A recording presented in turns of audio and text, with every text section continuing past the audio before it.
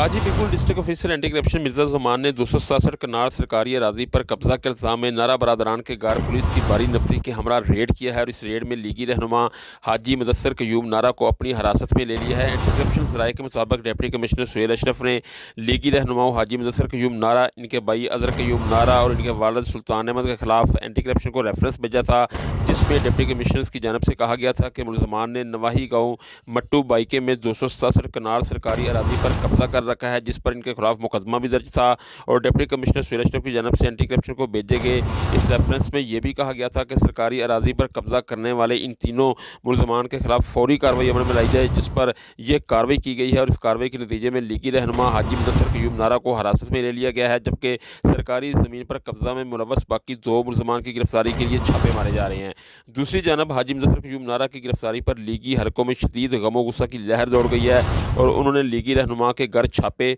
और फिर गिरफ्तारी की शदीद मज़म्मत करते हुए इसको हुकूमत की इंतकामी कार्रवाई करार दिया है। जबकि पाकिस्तान मुस्लिम लीग नून की नायब सदर मरीम नवाज शरीफ ने भी हाजी मुदस्सर क्यूम नारा की गिरफ्तारी पर ट्वीट किया है और अपने इस ट्वीट में मरीम नवाज शरीफ का कहना था कि रियासी मशीनरी का नाजायज़ इस्तेमाल करके आप लीगी रहनुमाओं को बेकसूर गिरफ्तार तो कर सकते हैं, लेकिन वोट को इज्जत दो, बयानिए का अलम थामे इन निडर और बेबाक सिपाहियों को मंजिल तक पहुंचने से हरगिज़ नहीं रोक सकते। मुदस्सर क्यूम नारा साहब की गिरफ्तारी वाज़ेह करती है कि सिलेक्टेड हुकूमत अवामी कहर के सामने घुटने टेक चुकी है। जी।